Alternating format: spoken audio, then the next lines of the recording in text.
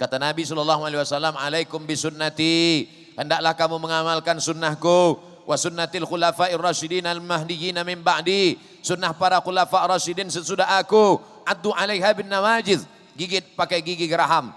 Kalau kamu memegang sunnah jangan pegang pakai tangan, karena kalau pakai tangan boleh lepas, gigit pakai gigi geraham. Bagaimana menggigit pakai gigi geraham? Gigitlah. Gigit. Petir menyambar takkan lepas. Kalau dengan tangan, lepas.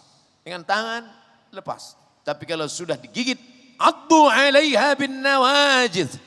Makna gigit dengan kuat, pegang dengan kuat ini maksudnya peganglah sunnah, peganglah hadis. Sekarang banyak juga orang pegang kuat, yang dipegangnya kuat duit hingga tak keluar masuk ke kotak. Peganglah dengan kuat. Yang saya maksudkan dengan sunnah-sunnah Rasulullah itu terbagi kepada dua. Yang pertama sunnah yang zahir, yang tampak di mata.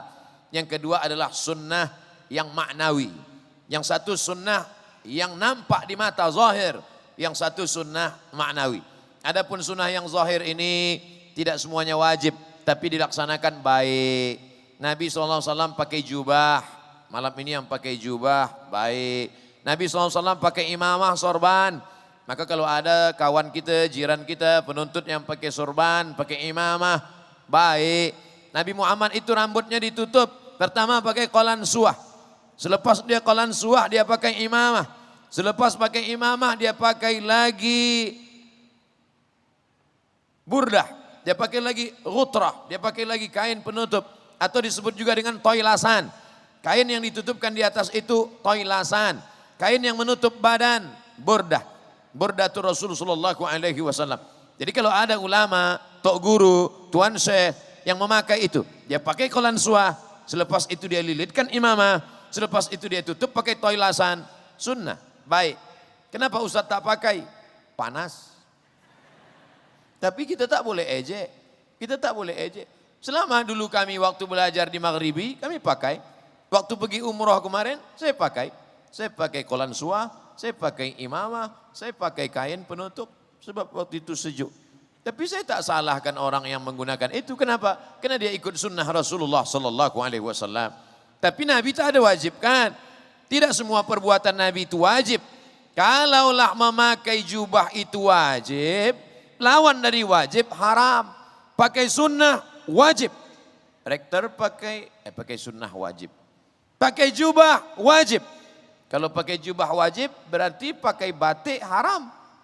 Karena lawan daripada wajib adalah haram.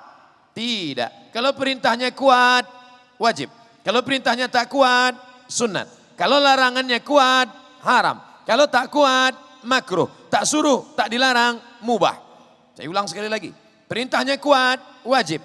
Tak kuat, sunat. Larangannya kuat, haram. Tak kuat, makruh. Tak disuruh, tak dilarang, mubah. 5 kotak ini jangan kita ubah-ubah. Itu sudah ditetapkan ulama. Yang hendak pakai imamah, baik. Yang hendak pakai toilasan, baik. Yang hendak pakai jubah, baik. Yang hendak pakai burdah, baik. Tapi mewajibkannya, maka kita sudah mukhalif. Oleh sebab itu apa? Ini semua adalah memahami sunnah-sunnah Rasulullah sallallahu alaihi wasallam. Jangan kita berkelahi gara-gara ini. Kita berkelahi hanya kerana pakaian. Nanti orang sudah masuk melalui perkelahian kita. Kata Nabi SAW, sawus sufuf, luruskan saf. Saf kita mesti lurus. Sebab kalau ada saf kita yang renggang, ada saf kita yang jarang, di situ musuh akan masuk.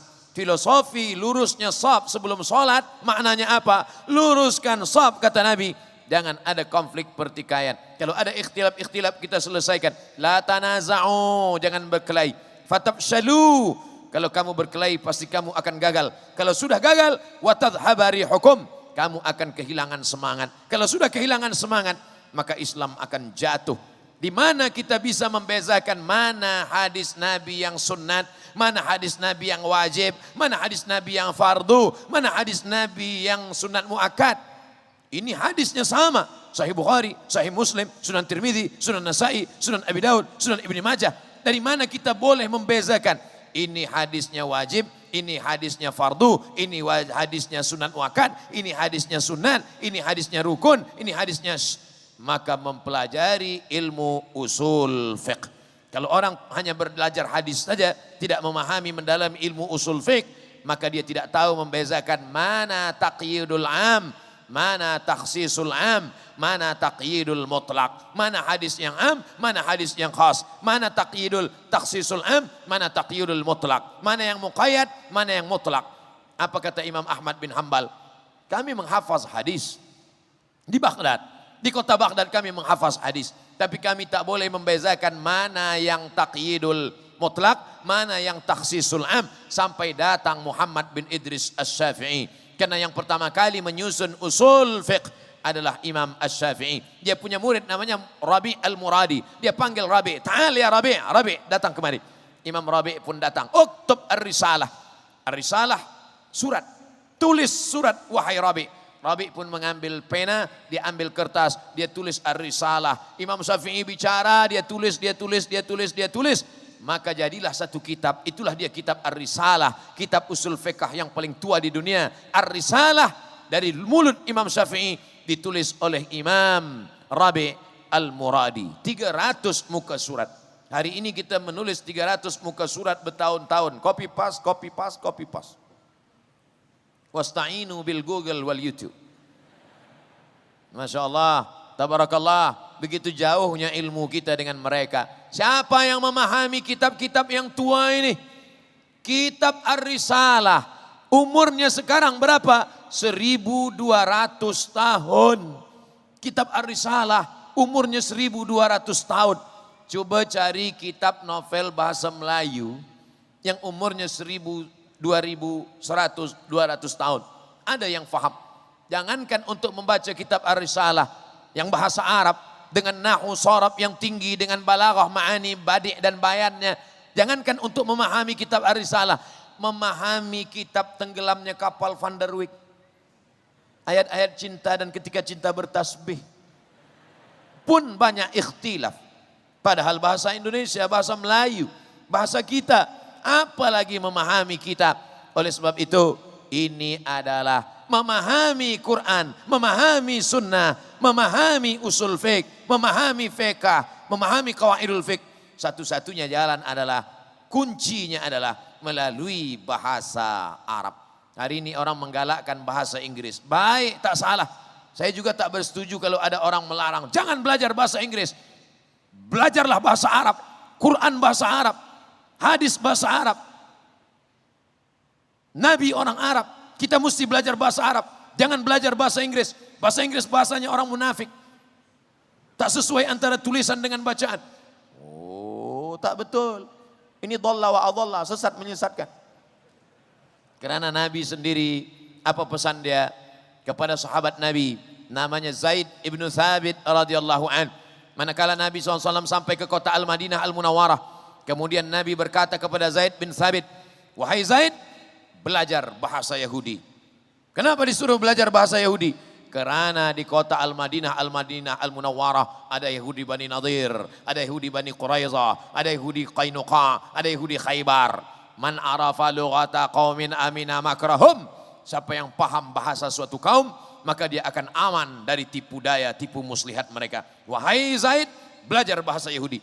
Zaid bin Thabit belajar bahasa Yahudi. Ta'allamtuhu wa hadaqtuhu. Aku belajar, aku paham, aku dalami sepaham-pahamnya. Berapa lama? Nisfa syahrin, setengah bulan. Setengah bulan dia belajar bahasa Yahudi.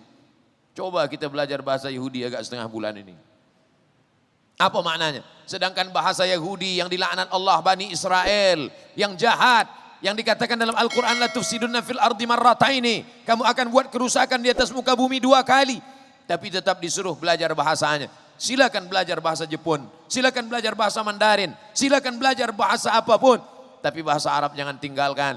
Kenapa? Karena dengan belajar bahasa Arab inilah kita akan memahami Al-Quran, memahami hadis, memahami sunnah, memahami fiqh, memahami usul fiqh. Pintu itu semua adalah bahasa Arab.